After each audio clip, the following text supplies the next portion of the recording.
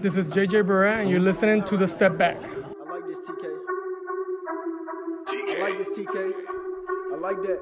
Yeah, it's the Mavericks, all about action. Don't do no acting, no Samuel Jackson. Dirk get the ball, you know that it's magic. Post move deadly, yeah, get tragic. Look with the ball, yeah, get nasty. He'll drop 30, don't gotta ask him. Got Chris Stapps, coach at the Adam. I spaz like Dallas, I thought I'm rapping. God, if Luka shoot the ball, you know that it's cash. But my boy still living the past. Now he got my boy Chris Stapps, looking like Duncan Nash in the gap. They just want a ring, wanna fill the gap on your team head. I ain't talking hats, dang, go relax. Still at the champ, defense still coming with the cannabis flow. The master. Welcome back to The Step Back, everybody. I'm your host, Dalton Trigg. I'm joined, as always, by my DallasBasketball.com colleague and co-host, Matt Galatzan. We got a lot of things to talk about tonight, mostly free agency related. But first, we'll start with the Mavs home loss versus the Spurs last night. It was a 112-105 loss. Luka, he really had a tough game. He only went 5 of 18 from the field, 1 of 7 from 3, only 1 of 9 from the free throw stripe, only 12 points. He did have 2 blocks. He had 7 assists. He had 6 rebounds, but he was a negative 11 for the game. And, I mean, he just, after straining his knee in the game before that, he was questionable before this game, and it really just looked like he shouldn't have been out there. But, Matt, what do you think? You think they made the right decision, or you think he should have sat? Well, I don't think they would have played him had they felt any sort of, thoughts that he couldn't go, or if there was any risk of any kind of injury. I think they know that he means just about everything to the franchise, so they wouldn't risk him getting injured or, having something worse happen just to, try and save face against Greg Popovich when they're obviously in the midst of an organic tanking run. So I'm not too concerned about it. Obviously, him not being out there 100% kind of showed, but it is what it is. I'm not really too worried about anything like that. Well, and to me, I feel like if it wasn't against the Spurs, if it wasn't a nationally televised game on TNT at home, I feel like they seriously reconsider that and sit Luka instead of having him play. But I mean, he's a tough guy. He probably told him he was good. Everything checked out with the knee. It was probably just a mild sprain, and everything checked out medically, and he wanted to play, so they let him play. And I mean, that's what you want, your guy being tough and fighting through it and all that. But on the other hand, he's 20 years old. This season is lost. We've spent a considerable amount of time talking about organic tanking and the Mavs' potential odds heading into the lottery and all that. So I mean, it's not hurting them, so to speak, if they were to sit him. So I think it was just the perfect storm. He didn't seriously hurt himself the other night, just enough to hobble him a little bit, and then given that it was the Spurs at home and it was on TNT, he played. But it wouldn't surprise me at all if he sat at Denver Friday. So. Well, he might not even make the trip. Or Thursday. Is it Thursday? Yeah, Thursday. He might not even make the trip.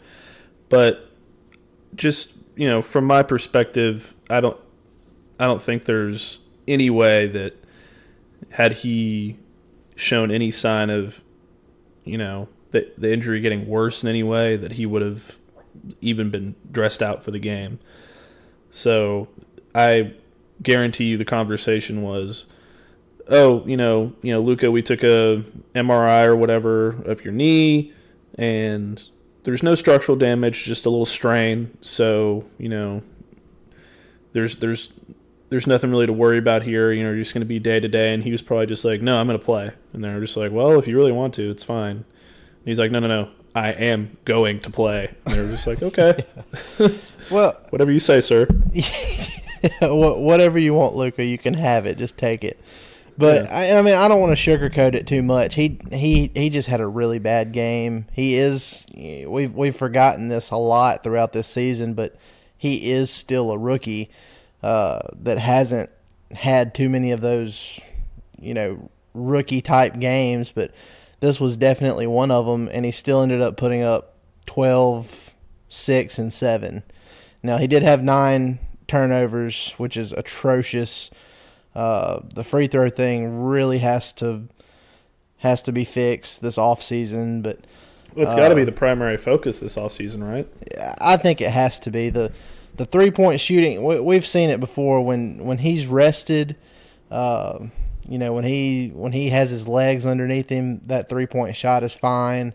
The free throws, though, I mean, there's something there that needs to be tweaked, and I think they'll take a long, hard look at it this summer and have it corrected. But a guy that didn't have any trouble shooting free throws last night for the Mavs was Jalen Brunson, and really he didn't have any trouble doing much. I mean, he was 12 of 16 from the field, a career high 34 points. He was one of the Mavs' only plus rated plus-minus guys for the night. He was 3 of 6 from three-point land. And like I said, he was really good from the free throw line. He made all 7 of his. And he had 5 rebounds and 4 assists to go along with it. He was really spectacular for the Mavs. It's been really fun to see where Jalen Brunson started this year and, where he's gotten to now. And really, I said this when J.J. Barea went down with that unfortunate Achilles injury. We all hated it for Barea, but I felt like the extra playing time for Brunson, getting that chance early on in his career, it's really, you can really tell how it's helped him out this second half of the season. So it's been really fun to watch. He's been getting better and better, and I mean, it's going to continue to get better going into his sophomore season. He's going to be a big contributor for the Mavs next year. What were your thoughts on Brunson? Well, I mean, he had 34 points. It's incredible. When they drafted him in June, I never thought he would have a game like that. Not even for a second. But honestly, when the year started, I kind of saw him as a guy who would spend some time in Dallas and some time in Frisco, just getting as much playing time as he could, going back and forth, whatever. But yeah, he hasn't been to Frisco once.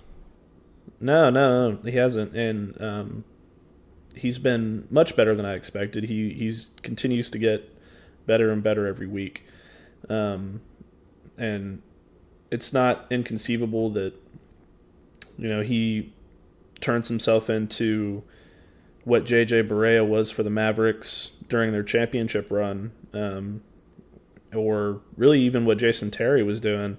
I mean, if he continues to improve on that 3-point shot, he was hitting it like butter last night. And if he continues to do that, he could be, 6-man material for a, really good playoff team. Yeah, and I've said this for a while. His game, and he may not reach this level, and he might. I mean, we just don't know that yet. But the way he plays and his build, it really reminds me of Kyle Lowry with Toronto. I mean, I think he's got a little bit of that in him. Like I said, I don't know if he's going to ever, reach that level, but he can be that. On a spark plug level, for the Mavs. So that's who he reminds me of. I didn't even realize he's bigger than Kyle Lowry. I didn't even realize that. Yeah, he is. People don't realize that Jalen Brunson's 6'3". Yeah, I thought he was JJ height. That's my bad, Jalen. I'm sorry. Yeah, I mean, he's a lot bigger than most people think, and he's able to use that. I mean, he's got like a bigger frame than what you think just looking at him. He's able to muscle his way to the rim and get these tough layups. He's able to hang and finish through contact. I mean, let me ask you this. right now, and I mean, I'm going to answer this, and you know how I feel about Dennis Smith Jr., but is Jalen Brunson better than Dennis Smith Jr. is right now? Because I say he is. Yes. He's not the same athlete, but he's a better basketball player. Right. I don't think there's any question about that. Right. Because I mean, he's a better. He's not as good defensively, because Dennis made huge strides in the offseason defensively, and he was arguably the Mavs' best perimeter defender this season before they traded him. But as far as playmaking, shooting, free throw shooting, finishing, all the other little things, he's much better and much smarter finishing around the rim. He doesn't make it as flashy. He doesn't make it unnecessary. He just tries to get the ball in the hoop. And I feel like, yes, he's a much better player than Dennis Smith Jr. at this point. He doesn't have the same ceiling because he doesn't have that athleticism. But at this point in their careers, I think he's a better player. Yeah, I agree with that, and that's where I was going with it as well. I definitely think he's a better player, and I think the Mavs. I know a lot of us wanted them to draft a big wing with that second round pick, but I mean it looks like they've really hit a home run there with drafting Brunson. Rick Carlisle said the entire year that Brunson should have been what did he say, top 15, top 10? I think it was top. Like that. I think it was top 15, but he definitely said that Brunson should have been a first rounder, and I agree with that. He's been really good.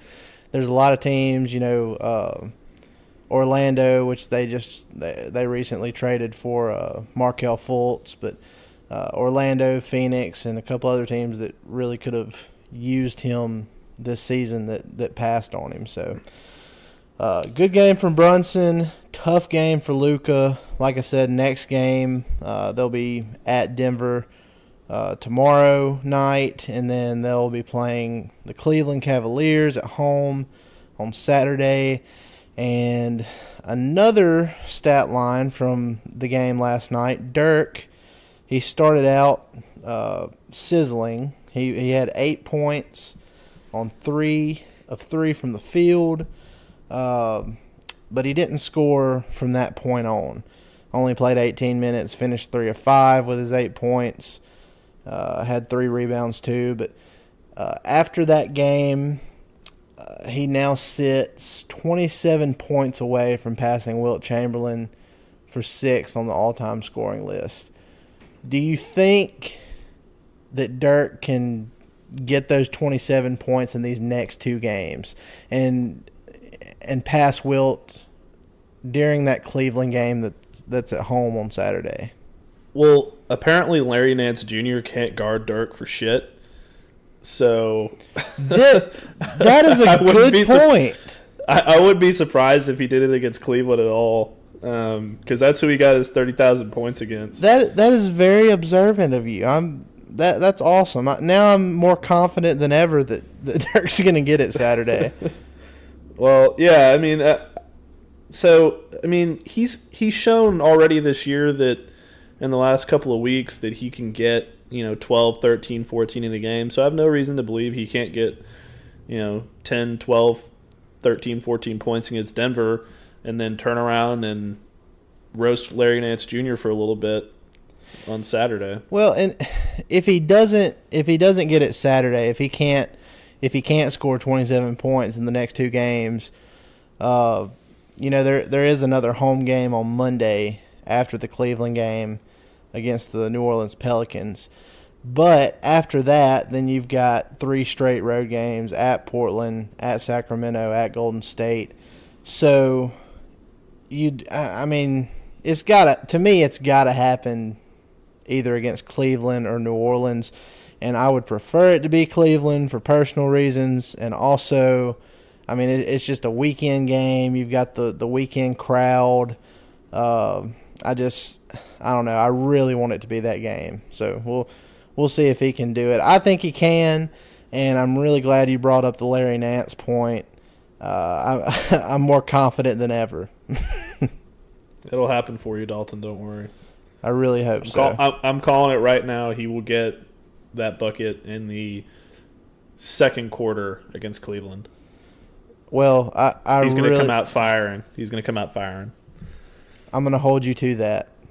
Well, as far as the other side, that San Antonio loss we were talking about, DeRozan did his thing, LaMarcus Aldridge did his thing, but we did have a versus Mavs All-Star performance from Derek White.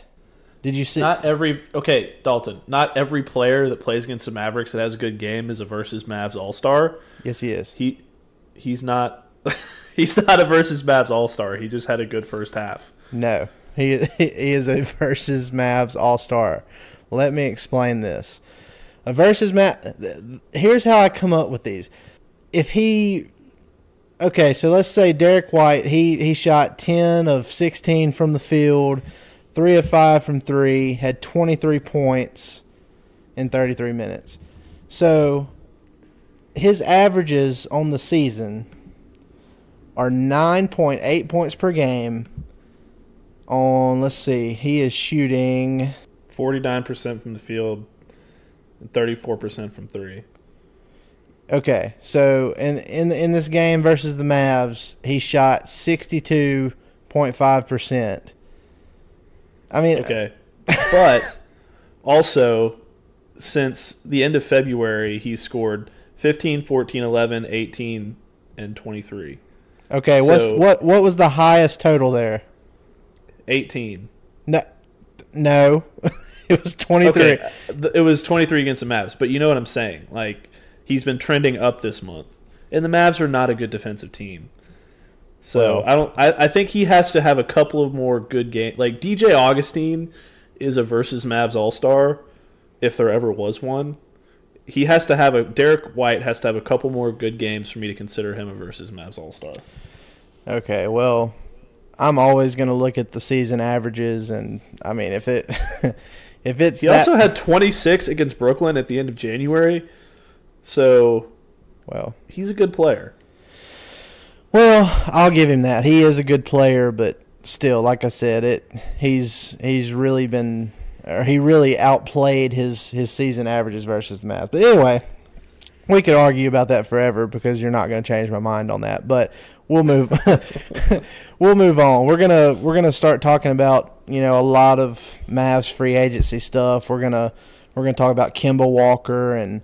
I know Matt, he really wants to set a lot of stuff straight on that front, and we're going to get into some of the other big-name free agents, and we're going to get in, to some of the second-tier guys and kind of do like a would-you-rather type game with some of those guys. But before we do that, we're going to take a quick break.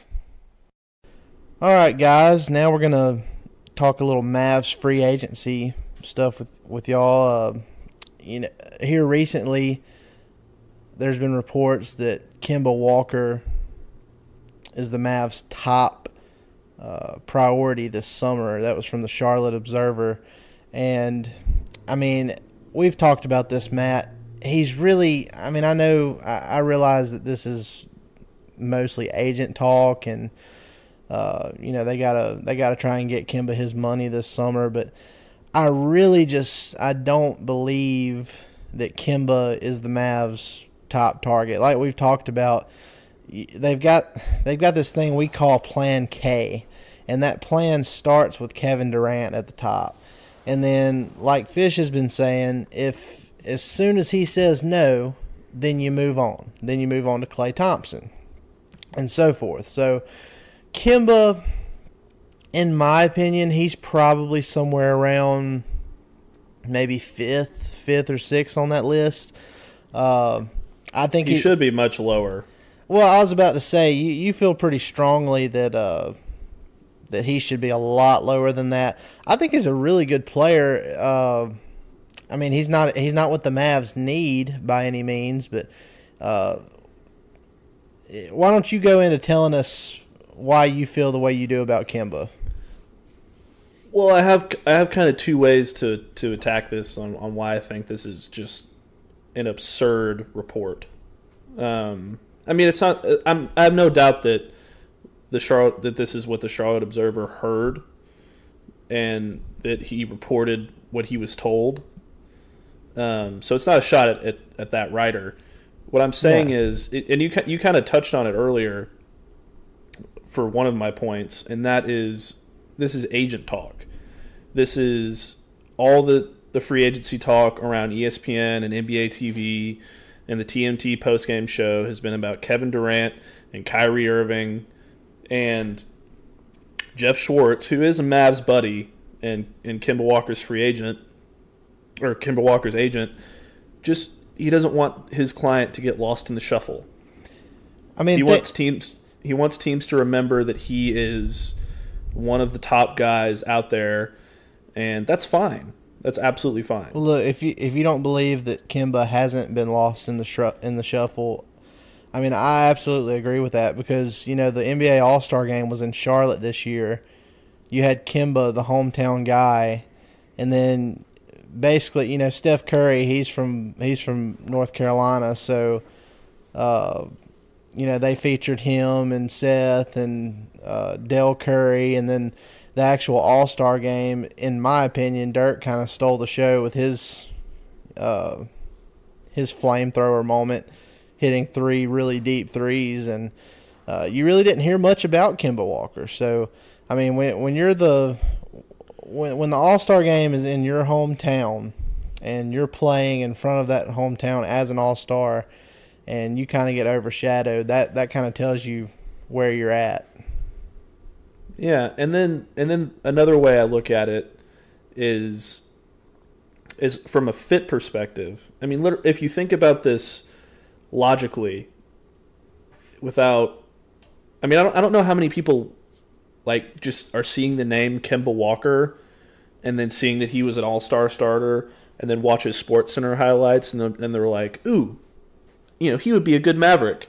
It's like, well, really think about it for a minute. First, the guy's 6'1". He doesn't guard anybody. He's not an efficient shooter, and I've got some numbers to prove this here. And this was before on, I think it was Monday night, he played against the Rockets and just absolutely went off. And I was looking at these numbers before that game. So these numbers, these are from really Monday afternoon, and we're recording this, after that, obviously. But when I looked this up, there was 98 players in the NBA who were better than him in three-point shooting percentage. And the players that were ahead of him at that time were Justin Jackson, Al-Farouq Aminu, Jeff Green, and Iman Shumpert. That's not good. There were 101 players who were better from the field overall, including Russell Westbrook, who's having one of his worst shooting seasons of his career, Dennis Smith Jr., and Reggie Jackson. And then that's not great. No, he's 10th in the NBA in usage rate, which, if you think about that, there's other players like Kyrie Irving who has less usage than him by quite a bit. Kyrie's 19th in the NBA in usage.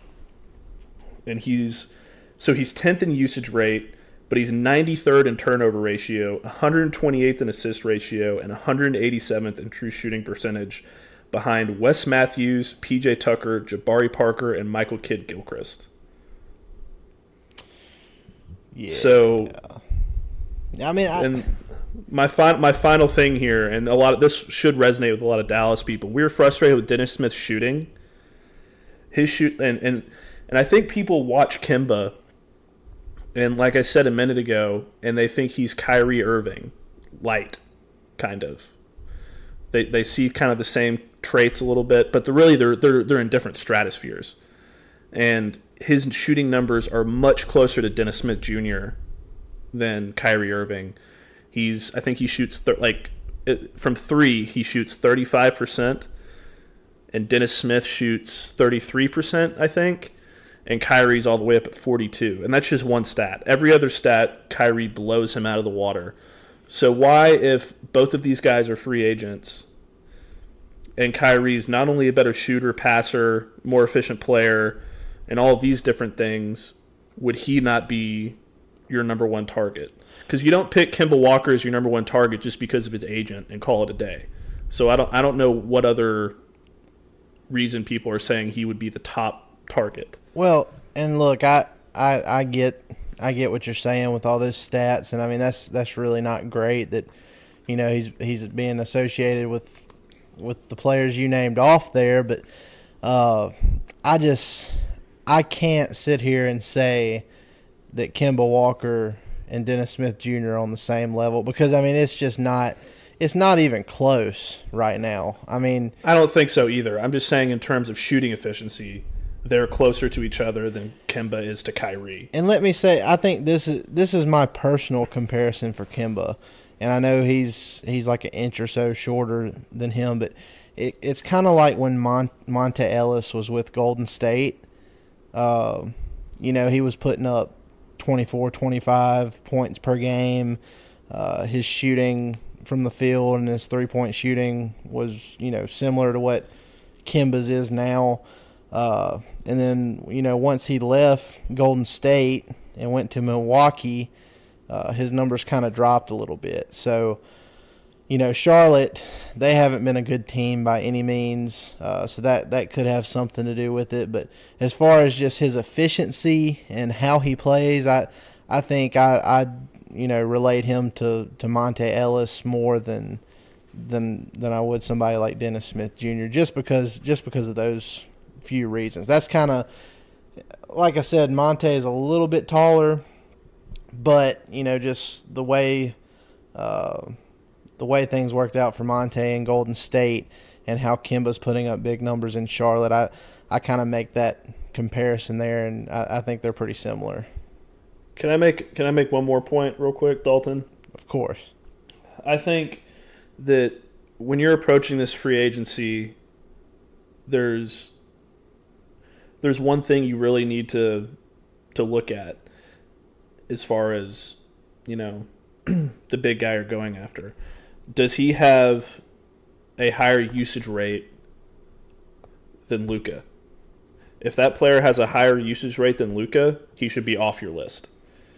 And there's only two unrestricted free agents who have higher usage rates than Luka, and that's D'Angelo Russell and Kemba. Both of them should be off the list. They should not have higher usage rates than your best player, who is also your point guard. Kyrie even has a lower usage rate than Luka. So does Kawhi, so does Kevin Durant. All the other Ks fall below Luka. That's just where I sit on it. Yeah, I mean, I agree with that. Now that being said, if they come out and sign Kevin Durant, I'm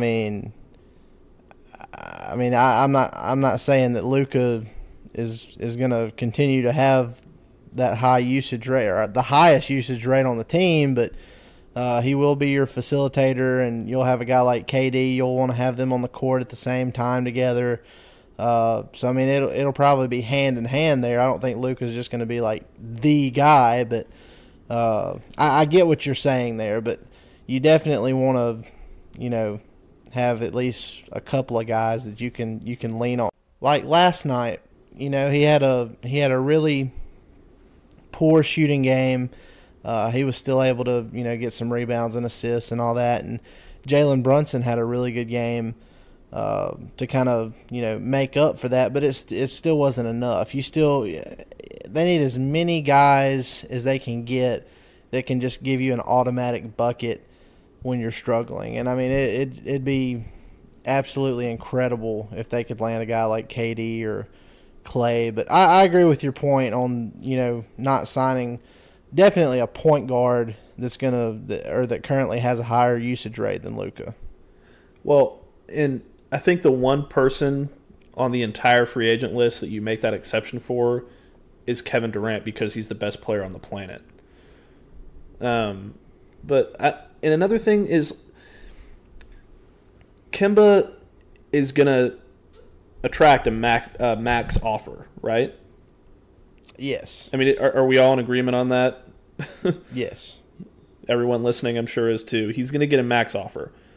So why would you not take that money and split it between two players who bring you more playmaking and better shooting, like Goran Dragic and Malcolm Brogdon, and put them both together on the floor with Luka.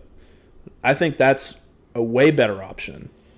than Kemba. I think that's a good option too. But my thing is, I don't think if you're going to get Malcolm Brogdon from Milwaukee, I don't think you're going to be able to, get him for that price. With him having a 50, 40, 90 season for them, and as good as that team has been, I think the only way I think the Mavs could get in to the Brogdon sweepstakes is if they just made an insane offer.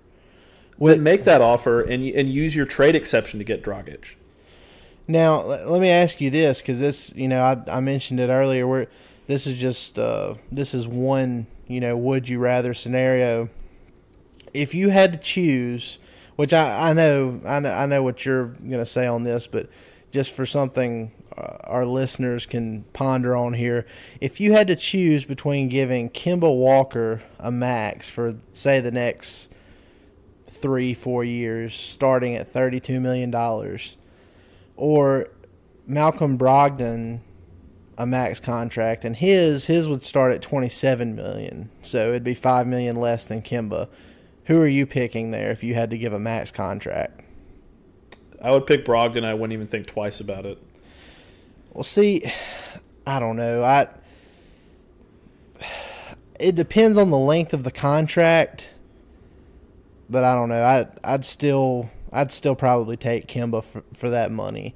$5 million difference. What he produces, scoring wise.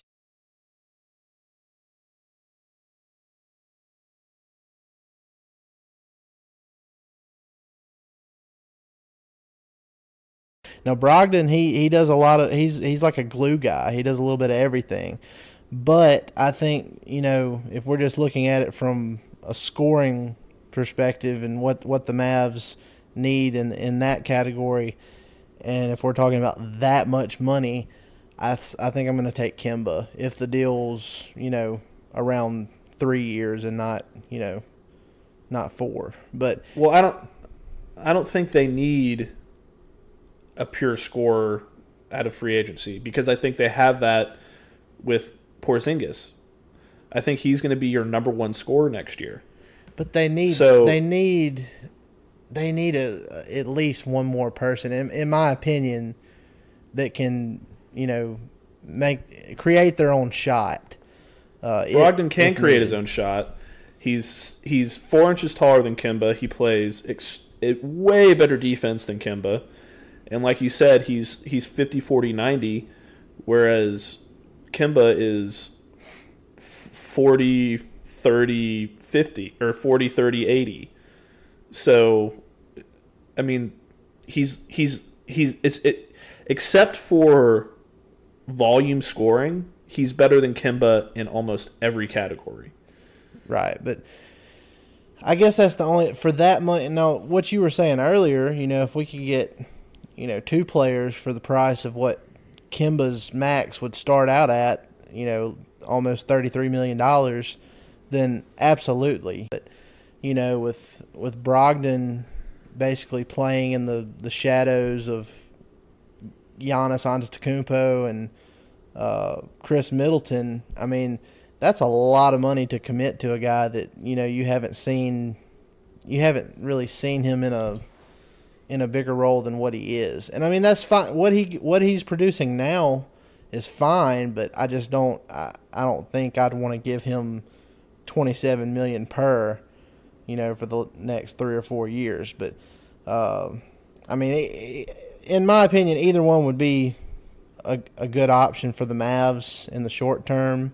Brogdon more so in the long term, but I don't know. It's tough when you start talking about, you get up in the $27 million max contract talk. I mean, I don't know. Well, I mean, another guy who compares very favorably to Kemba in terms of per 100 possessions, shooting percentages, Assists, he actually is better in assists, but is D'Angelo Russell. I mean, would you give D'Angelo Russell a max contract? I probably wouldn't, to be honest. I mean, I don't know. I don't think I would. I mean, they'd have to really. It'd have to be like a lot further down the totem pole from what their free agency plans are before we'd even get to that point. And even then, I don't think you have to get desperate enough to throw that kind of money at that kind of player. I think D'Angelo Russell is a really good player, but I don't think I'd pay him max money. All right, let me put it to you this way. I'm going to read these two stat lines off, and you tell me which player you'd rather have, okay? All right. Player 1, 43.2% from the field, 35.9% from 3, 5.9 rebounds, 8 assists, and 34.9 points. This is per 100 possessions. Okay, player 2, 43% from the field, 36% from 3, 5.8 rebounds, 10.8 assists, 32.4 points. Well, obviously I'm going to take the second guy. That's D'Angelo Russell. The first one was Kemba Walker. Well, Well, you're also talking. I mean, again, it's per what was it, per 100 possessions? Per 100 possessions, yes. I don't know. And the numbers are also similar per 36 minutes. I mean, it's not that much of a difference there as far as those kinds of differences. Well, I mean, I guess, like I said, again, if you're going to commit that much money, in my opinion, if there's a way you can do that without having, you don't want to get in a situation like we did with Wes Matthews. Signed him, he was making around 17, 18 million a year. That was a max contract for him at the time, but, just we couldn't even trade him until the very end. And even when we did trade him, we got Kristaps, of course, in that deal. But, we had to take on Tim Hardaway Jr. and Courtney Lee, who have remaining years on their contract. We had to absorb that extra money just to trade Wes's expiring deal. So, I mean, you don't want to potentially get in a situation that's going to hamstring you down the line like that. So that's my only thing. I'm just. But I don't think Kemba Walker is immune to that conversation either. That's my point. I think he's massively, massively, massively overrated because he's literally the only player on that team, and he has to go above and beyond just to keep them competitive every night. I mean, you saw what the Mavericks did to them when they didn't have him. Well, that's right too, but I mean, it's still. I mean, it's pretty impressive when. And it's in the East. It's pretty impressive when you can be the guy on the team, and even if he doesn't have a really talented team around him, and he's in the East and everything, 25 points a game, 6 assists per game, and 4.4 rebounds for a 6'1" guard. I mean, that's pretty impressive. I mean, any way you slice it, whatever advanced stats you look at, the per 100 possessions, all that stuff. I mean, I really think that that Kemba's a little bit better than what you're thinking, but I do get where you're coming from too. I do think he is a little bit overrated, but I don't think he's as overrated as what you're saying. How old is Kevin Durant? Do we know off the top of our heads? Kevin Durant. I can look real quick. 30. Okay, I think he's the only player in the NBA over 30 that I would give a max contract to. Or the only player over 28, excuse me. And Kemba Walker's 28, that's why I say that. Well, let me see here. Klay Thompson, I mean, how old is he? He should be 29. Okay, he's 29. So, okay, outside of Warriors players. I was about to say, I'd give Klay I would too.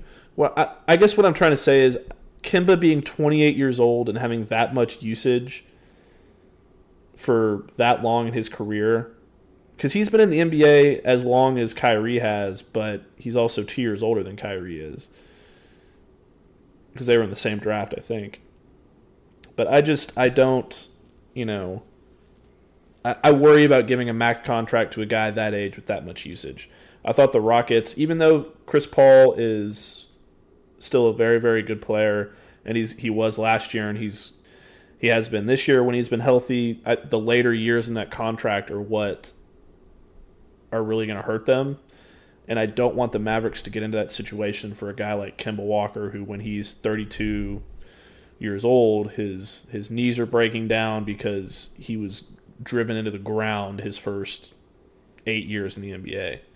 Right. And I mean, look, that's why I said, length of a contract would matter too. It's kind of like we had Kirk Henderson on a few weeks back, and we were talking with him, and we got talking about Jimmy Butler, and that was one of the things he was saying. He would entertain the idea of the Mavs, signing Jimmy Butler to a max deal, but not like a true max deal. If it was like, a 2-year deal, that would be something, worth exploring. Because, I mean, the Mavs just need more star power. Even if it's not top tier star power, they need more than what they have. And Kemba Walker helps. Jimmy Butler helps. I mean, there's a lot of these guys that you would take on a 2, maybe even a 3-year deal, that, they're not perfect by any means, but they sure do help out a lot, and they probably make you a playoff contender. Yeah, I mean, look, what do we think the Mavericks need the most? Out of all the things, is it rebounding? Is it shooting? They need three. They need 3-point shooting, and they need rebounding. That's the two biggest things. And I really don't know what they need more. Probably rebounding. So you want to surround Luka with 3-point shooters. So what they should do is say, who are the top 6 or 7 3-point shooters in the free agency market? I can tell you who they are right now: Danny Green, Bojan Bogdanovic, Malcolm Brogdon, Tobias Harris, Kyrie Irving, Klay Thompson, and that's the top, and Patrick Beverley. That's the top 6 or 7. I tell you what, man. Those are the 7 guys that you should be higher on your list than Kemba. Yeah, and I tell you what, man. You mentioned his name right there, and I don't think people are talking about him enough. But Tobias Harris, he averages 21 points and 8 rebounds per game. So he'll get you 8 rebounds per game. He's a 6'9" power forward. That's what he's listed as a power forward. But he shoots 43.4% from 3. And if the plan is to play Kristaps Porzingis at center, that's exactly the kind of power forward you want, is Tobias Harris. So, I mean, you mentioned that name just then, and I was looking at his stats, and I'm thinking, like, man, I don't know why we're not talking about this guy more than we have been. I think one of the reasons we haven't been talking about him more is that Philadelphia is probably going to re-sign him. I don't think they made that trade just to let him walk. Jimmy Butler's another story. I think those are two totally different kinds of transactions. But if they do let Tobias slip away, I think he is an absolutely perfect fit.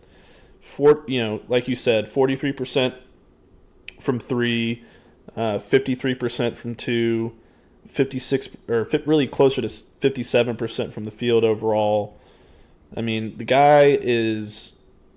I said Kemba was massively overrated. This guy is massively underrated. I mean, I think he would be a perfect Maverick, and I don't want to hear anybody compare him to Harrison Barnes either. I heard that earlier in the year, and I was just like, oh my God, stop.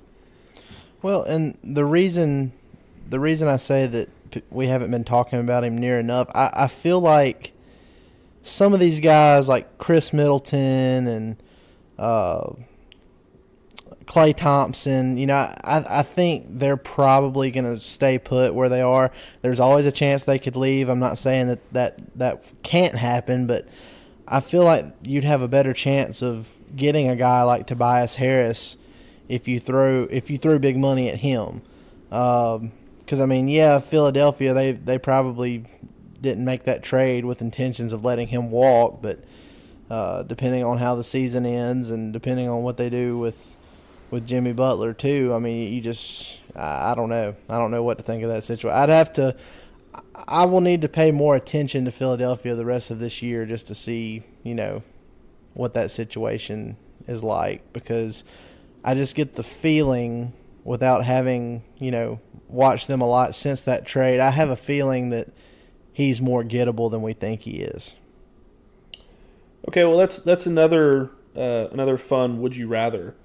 Let's do Jimmy Butler and Tobias Harris. I'll let you answer that one. Oh man, for the money.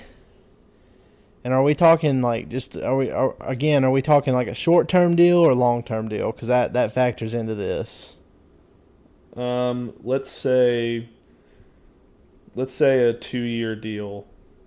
2-year deal. Or I don't know. I mean, like, what do you consider a short-term deal? A 2-year deal. I mean, a max is 5 years, right? Or is it 4 years? It's 5 if the team that has bird rights can give 5 years, and then other teams can just give 4 years. Okay, so it would be 4 years then, right? Right. Okay, so 4-year deal for each of them. Tobias Harris, definitely, because okay. I have more confidence in Tobias Harris's health. He's the younger player. Again, he shoots 43% from 3, where Jimmy Butler is like. I think he's under 35. Yeah, he's right under 35. He's an underrated defensive player in my opinion, and again, he grabs 8 rebounds a game, which that's something the Mavs. He gives you a little bit of both of those things we talked about. They need rebounding, they need 3-point shooting. He gives you a little bit of both. Yeah, and I like the idea of maybe if he is a Maverick, putting him at the 3. I mean, I don't really subscribe to the whole positional thing anymore. I think it's more of just like you have 5 basketball players and each of them fills like, certain responsibilities throughout the game. But if, putting him with Luka and Kristaps, and I mean, I don't know who else you have in your starting lineup at that point, but like trying to have a starting lineup of like all 6, 7 and above, I think would be awesome. Well, listen to that. And I don't know. I know you could, get Tobias Harris and still find a way to get Goran Dragic on board as well. But if they could somehow maneuver, even if it meant trying to find a salary dump for Hardaway Jr. or Dwight Powell, or even stretching Courtney Lee. I don't know how much extra space they would need to create to make this possible. But think of a lineup of Dragic, Luka. I'm just putting Luka at the 2 for now. Like I said, this isn't, real strict positionally, but just think Dragic, Luka, Bojan Bogdanovic, Tobias Harris, and Kristaps Porzingis. That's a fun team, man. That's a really dangerous team. That's a dangerous team, and you have you have Luka, Bogdanovic, Tobias Harris, and Porzingis are all 6'8" and taller. I mean, they would probably give up about 137 points a game, but they would probably score about 150. I mean, I don't know about that. I mean, I don't think people are giving Luka enough credit. I think after Luka is a baby giraffe on defense. I think that when he gets in an NBA weight room and he puts in the work, he's going to be better. He's not going to ever be a great defender, but he's big enough and he has the instincts to where he won't be terrible defensively. But he's not there yet. I know he's not there yet. So I know he's not. I think it's going to be 2 or 3 years before he gets to that level. Right now they're hiding him on defense. Well, I've seen him have a couple of really good defensive games. When he's engaged and he's not, worrying about if the refs are giving him the call or, focusing on the stuff that really doesn't matter, and he's focused on defense, he plays better than what most people probably think he does. But anyway, like I said, Tobias Harris, he's a good defensive player. Kristaps, he averages like 2 blocks per game. He needs to add a little bit of muscle, obviously, but there's a reason they want to play him at the 5, not just to stretch the floor, but he can bring you some a paint presence, interior defense. So I don't know. Like I said, I don't know exactly what they'd have to do to steal Bogdanovich away from Indiana, but just looking at it, that could be a really fun lineup for next year. Well, I think if that happens, there's no way that Tim Hardaway Jr., Dwight Powell, or Courtney Lee. Courtney Lee's not going to be on the team next year anyway, but there's no way that Tim Hardaway Jr. and Dwight Powell are on the team. If that happens, yeah. I agree with that. I mean, let's look at this now. Let's we've obviously talked about the top tier guys, and obviously the Mavs are going to go big fish hunting this off season, but I mean, let's think about some guys that you could throw some decent money at for like a 1-year deal, because we were talking about this before we came on. JJ Redick, he averages 18 points per game for Philadelphia. He shoots not quite 40% from 3, but he's close. In the last 2 seasons, he signed 1-year deals, and it's been like this year he's making $12.2 million for this one season. So I mean he's been signing and getting his money in 1-year stints. So what would you think of the Mavs signing a couple or 1 or 2 guys that fit that criteria, just like a 1-year loaded deal, and then they're gone the next summer? I like it if it's. I mean, obviously, I don't want to do that for a first-tier guy, like you said. No. But, I mean, for a guy like Redick, I would really like that. He's one of the best three-point shooters in the NBA. I know he's 38% this year, but his career, he's over 40%. Last year, in the year before, he was 42% both those years. He was almost 48% in 2015-16, which is just nuts. And he's, who's a good comparison for this? Think about, at least for Mavs fans' perspectives, because they've seen this before. Think of him as Doug McDermott on steroids. Like, he just runs around all over the place. And he can play defense. He runs around all over the place, and he's like the Energizer Bunny. He does not stop moving. Those backdoor cuts, he's always looking for an open shot. Him and Luka together, I think, would be very, very, very dangerous combo.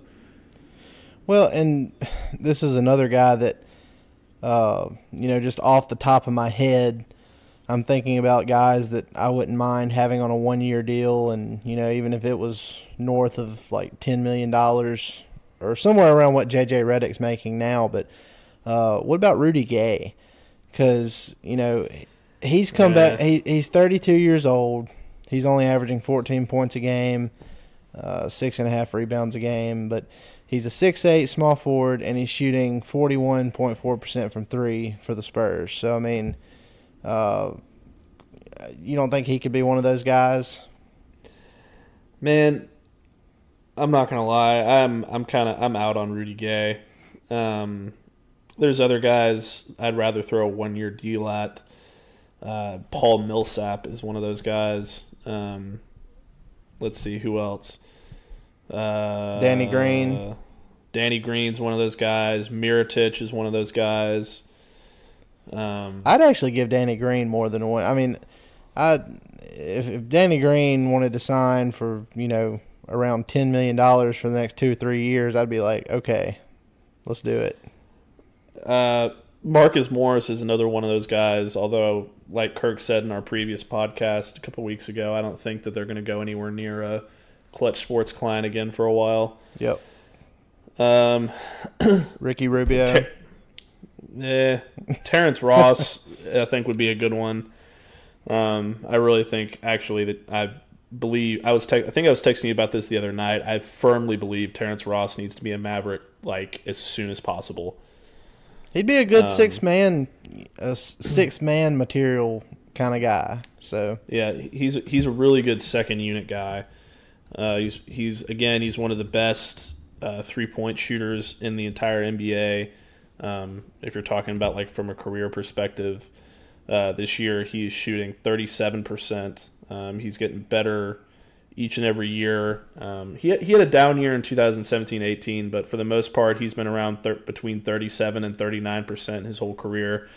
And he's also really athletic guy. He can get up and dunk. But I think he'd be a great second unit scorer type guy. I mean, you saw what he did to the Mavericks the other night. You know, I think he had 24 points or whatever. And in the first half, he was just on fire. And he seems like a much more efficient player than Wes Matthews was or Tim Hardaway Jr. is right now. So that's another guy I'd look at there. Okay, another guy I want to get your thoughts on is Kelly Oubre Jr. because over his last 10 games, he's averaged almost 20 points, 6 rebounds, and nearly 2 steals. And, I mean, he's playing really good basketball for the Suns. And he's a guy that I was interested in when he was with the Wizards too. There had been some rumors about the Mavs, being interested in him in trade talk, the last couple of seasons, and he's somebody that I would be interested in for the right price this summer. What's your thoughts on Kelly Oubre? Well, his nickname is Wave Poppy. So, oh man, okay. Next, never mind. No, I was gonna say I love that. No, Wave Poppy. I'm Bring out. me a Wave Poppy. No, but honestly though, no, I'm just kidding. What I want to know, what does Kelly Oubre bring that the Mavericks need, in your opinion? Because I don't really see anything.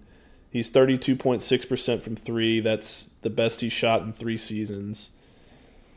He's less than 80% from the line. I mean, 16.3 points per game is good. Don't get me wrong, but I mean, he's taking 14 shots a game and hitting 44%. Well, he gives you another big body with a long wingspan. Like I mentioned, what he's been doing here lately, averaging 2 steals per game. He's 6'7". He can score points in bunches at times. I mean, the shooting percentages aren't great. They're not where you'd want them to be, but that's why I said for the right price. I mean, I think he's one of those guys that if you get to the near the bottom of the totem pole that I mentioned earlier of the Mavs free agency priorities, he's one of those guys that could potentially fall through the cracks being a restricted free agent because I could kind of see it being like a Nerlens Noel situation, him thinking he's going to get more money than, what he's actually going to get. And You're not making me very confident here, Dalton. You're talking about Nerlens Noel. I'm not comparing him to Nerlens Noel. I said it could be a situation like that. I'm just saying you're talking about a hot dog stealer. Well, and then you're bringing up Kelly Oubre, and I'm just not. Is it Oubre or is it Ubra? Pronunciation on Basketball Reference says Ubra. That I've always heard Oubre. I'm not changing it now. But anyway, I'm not going to talk about Kelly Oubre anymore since you've ruined it for me. But anyway, there's one more would you rather, and you need to go ahead and tell us that. Yes. First of all, back for 1 second back to Kelly Oubre. I'm not trying to talk you. I'm not trying to talk you out of Kelly Oubre. I'm trying to get you to talk me into Kelly Oubre. That's all I was doing.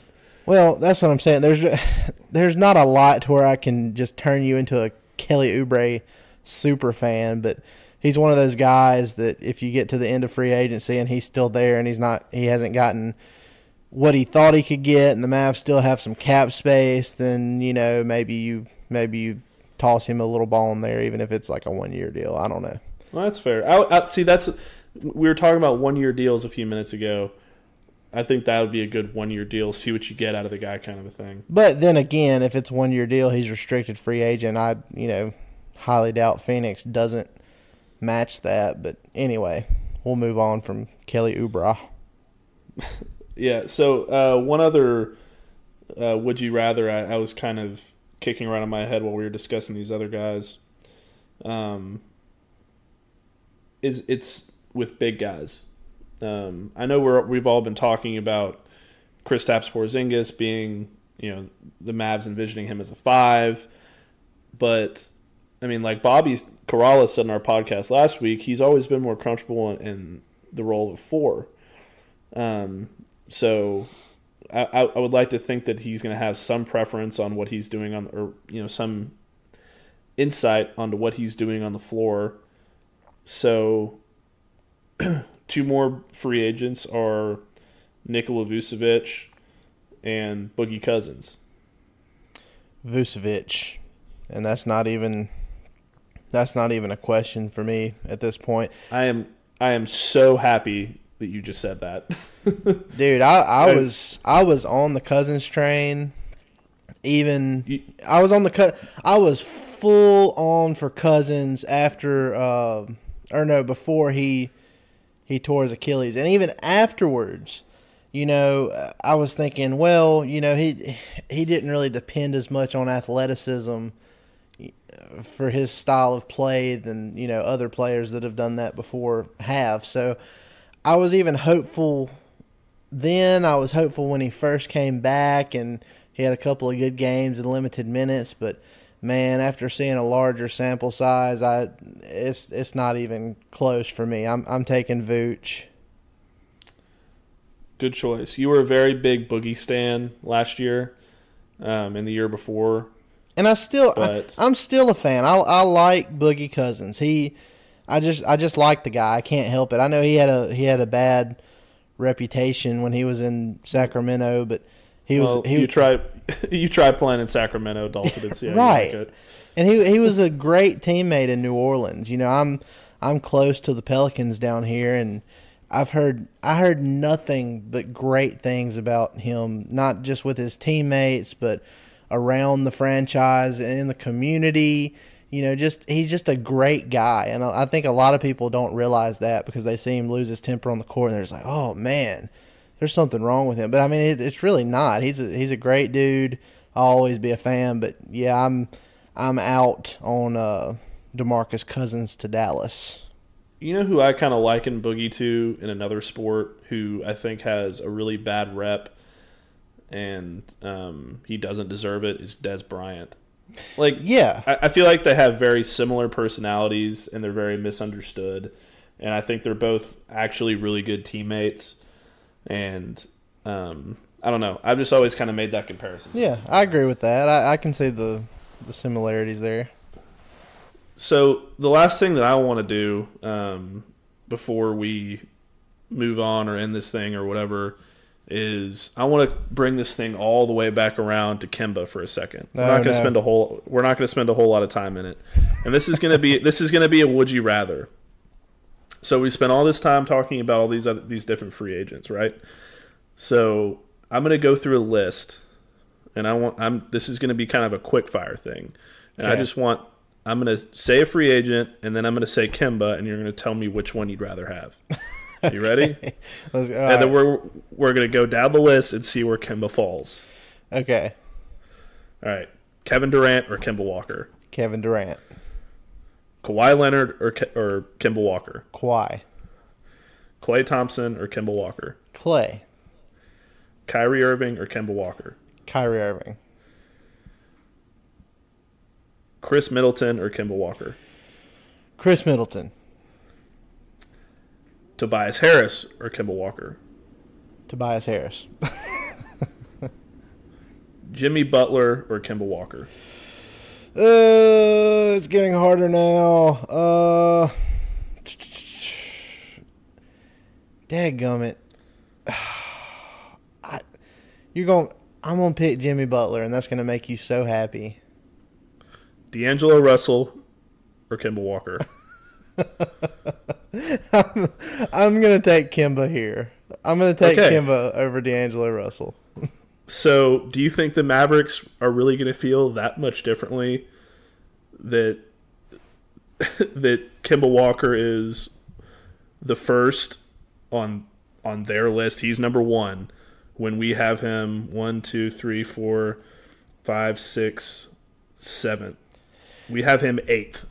Right. Well, look, I'll leave my this will be my last thought on this, and I'll we'll end this here. But here's the thing: I don't think Kemba is going to be the Mavs' primary target, like what the guy with the Charlotte Observer is being told. But I will say this: if they get to July 1st, and the guys that we mentioned ahead of him are twiddling their thumbs and taking their dear sweet time, and kind of the Mavs are kind of on the fence for them. They don't know, they don't want to commit or anything. And if you have a guy like Kemba that just comes out and is like, I want to play in Dallas and I'm ready to sign right now, that makes it tough. I'm not saying that they don't wait out those other guys ahead of him on the list, but it makes it tough if they do get in a situation like that. Because if you have a guy that's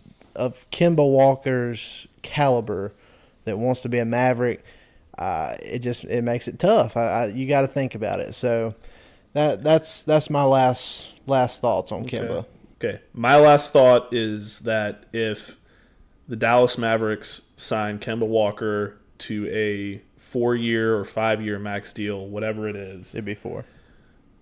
A 4-year max deal, and Kevin Durant, Kawhi Leonard, Klay Thompson, Kyrie Irving, Jimmy Butler, Chris Middleton, or Tobias Harris are all unsigned at that point, I will rain dragon fire down on the AAC. That's all I'm saying. And we would hate that because we haven't seen Luka and Kristaps Porzingis play together yet. So let's really hope that goes in a different direction. But that'll do it for this episode of the Step Back. We really appreciate you guys coming in and listening to us every week. As always, if you would, just you can like, rate, and subscribe to our podcast. If you feel led to leave us a review on iTunes, please do that. That helps us grow. You can find us on all the major podcast platforms. Matt's got us up and running on YouTube. But again, we can't thank you guys enough. Matt, you got any last words? Also just check out our work on DallasBasketball.com. Fish has a recap of the Mavs loss to the Spurs last night up, and then also some fairly breaking news on Kristaps Porzingis. We've got a story there. He's going to run his first 5-on-5 practice with no restrictions today, I think. And then there's also Fish's thoughts on Kemba Walker. Fish also he did a lot of work this week. Fish is always on the grind, dude. That man does not stop. He's got a great thing about Luka and Greg Popovich running into each other at Nick and Sam's. And we're going to bring you more stuff also throughout the week. So just keep an eye out for that as well. Yeah, and like I said, we appreciate you guys. Keep coming back. Keep telling your friends. And we're going to keep bringing you guys the best Dallas Mavericks content we know how. So thank you again. You guys have a good rest of the week, good weekend, and we'll talk to you next week. The man's the best on the floor. I'm wild, but yeah, I'm the GOAT. This game get cold. Yeah, you might need a coach and friends turn into your foe. But I'ma just roll. Gotta keep rolling your boat. Yeah, I swear I give them hope. I say I'm cleaner than the soap. This time of year proves who will really sink afloat. For yeah, real. It's the Mavericks, all about action. Don't do no acting, no Samuel Jackson. Dirk at the ball, you know that it's magic. Post move deadly, yeah, get tragic. Yeah, it's the Mavericks, all about action. Don't do no acting, no Samuel Jackson. Dirk at the ball, you know that it's magic. Post move deadly, yeah, get tragic. In this game, it's a lot of grit. You know what I'm saying? Proves who has integrity. Late nights, early mornings, but we all want the trophy at the end of the day. And that's the beauty of this game, because at the end of the day, only the real gonna float, man, for real. You either sink or you float. Only the real gonna float.